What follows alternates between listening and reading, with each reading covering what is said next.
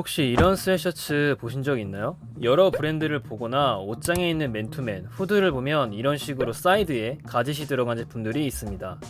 이런 제품군들을 리버스 위브라고 불리는데 이 방식을 최초로 만든 브랜드가 바로 챔피온입니다. 거의 모든 브랜드에서 챔피온을 레퍼런스해서 제품을 만들고 비슷한 느낌으로 만들려고 계속 연구하고 빈티지 원본 제품들은 높은 가격대를 형성하고 있습니다. 왜 브랜드에서는 챔피온을 복각하거나 재해석해서 제품을 만들려고 할까요? 오늘은 빈티지 챔피온 리버스 위브가 현재 높은 가치를 가지고 있는지에 대한 이야기를 해보겠습니다. 그 전에 맨투맨 스웨셔츠의 기원을 먼저 짧게 살펴보겠습니다. 스웨트 셔츠, 땀 흘리기 위해 운동할 때 입는 용도로 고안된 옷입니다. 스웨트이 있기 전에는 운동선수들이 스웨터를 입고 운동했다고 해요. 챔피온이 스웨트를 제일 먼저 만든 브랜드는 아닙니다. 제일 처음에는 러셀 애슬레틱이라는 브랜드에서 출시가 되었는데요. 빈티지 스웨트에선 유명한 제품이죠. 카네가 한창 이지겟 제품을 출시할 때 자주 입고 다녀서 더 화제가 된 제품이었죠. 챔피온도 추후 스웨셔츠를 출시하고 50년대 첫 리버스 위브 타입의 제품을 출시합니다. 그래서 리버스 위브란 뭐냐? 보통 원단이 위아래로 늘어나잖아요. 그래서 수축과 늘어남을 방지하기 위해서 이렇게 뒤집은 겁니다. 이렇게 하면은 수축과 늘어남이 훨씬 덜 하겠죠. 옆에 가젯 부분은 활동성을 위해 달아서 나온 것이고요. 원래는 챔피온의 특허였지만 현재는 만료되어서 모든 브랜드에서 사용할 수 있게 되었습니다. 챔피온은 지금도 그렇듯이 운동용 의류를 만드는 브랜드입니다. 그 당시 아무것도 없는 플레인 상태의 제품을 구매하여 대학교, 군용, 프로모션 등의 용도로 쓰였습니다. 90년대에는 베이프, 슈프림 같은 스트릿 브랜드에서 챔피온을 베이스로 제품을 출시하기도 하였고요. 자, 옷을 보면서 이야기해보겠습니다. 제가 생각하는 현행 제품과 다른 빈티지만 가지고 있는 특징을 크게 두 가지로 나눠보겠습니다.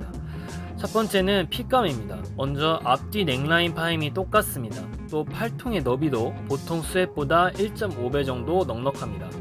손목 립도 보통 스웨셔츠의 2배 정도 길이이며 밑단 시보리도 조여지지 않고 그냥 열려 있습니다. 아무래도 운동할 때 입던 옷이다 보니 그 당시 활동성을 고려하여 제작된 디테일이었겠죠. 현재는 다른 스웨트에선 보이지 않는 특유의 어벙한 실루엣으로 선호되는 것 같습니다. 실제로 입어보면 벌크업 된 것처럼 없던 어깨도 생기고 핏감도 넉넉하니 좋네요. 두 번째는 원단감입니다. 빈티지 챔피온을 찾는 가장 큰 이유라고 생각을 하는데요. 이 특유의 멜란지한 느낌이 원단이 정말 매력적입니다. 원단 회사나 의류 브랜드들이 챔피온의 멜란지와 유사하게 만들기 위해 노력한다고 하는데요. 원단에 대한 부분은 말로 설명하기가 어려운 부분이 있어 직접 경험해 보시는 걸 추천드립니다. 저는 지금 라지 정도의 사이즈를 입었는데요. 일반 스웨셔츠의 엑스라지 정도의 느낌입니다. 품도 넉넉하지만 기장도 진짜 깁니다.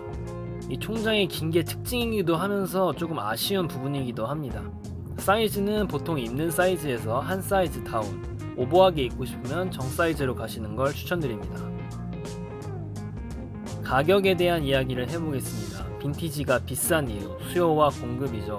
가치가 있다고 인식되면 수요가 생기고 빈티지라 공급이 한정돼 있어서 가격은 점점 올라가게 됩니다. 타 빈티지와 마찬가지로 챔피온도 오래된 제품일수록 개체가 적은 것일수록 가격이 비쌉니다. 몇 가지 짧게 이야기하자면 이 60년대 챔피온 스웨셔츠는 무려 200만원입니다. 챔피온 빈티지 중 군용 제품들은 수량이 적어서 전체적으로 높은 가격대를 형성하고 있습니다. 이렇게 가짓이 들어가거나 반지법 타입의 제품도 정말 비쌉니다. 그 외에 보통 90년대 리버스 위브 제품들은 아직도 10만원대에 구매가 가능하며 레어하거나 특이한 개체의 경우를 제외하고 20-30만원 선에 가격 형성이 되어 있습니다. 조금 높은 가격대를 형성하고 있지만 꼭 한번 경험해 보셨으면 좋겠습니다. 오늘은 빈티지 챔피온에 대한 짧은 이야기를 해보았습니다. 현 시대에도 계속 빈티지 챔피온을 복각하거나 재해석하는 이유는 아메리칸 빈티지에 대한 동경, 헤리티지가 있어서 그렇다고 생각을 하네요. 앞으로도 아메리칸 빈티지와 일본 브랜드에 대한 이야기를 꾸준히 해보겠습니다. 오늘도 시청해주셔서 감사합니다.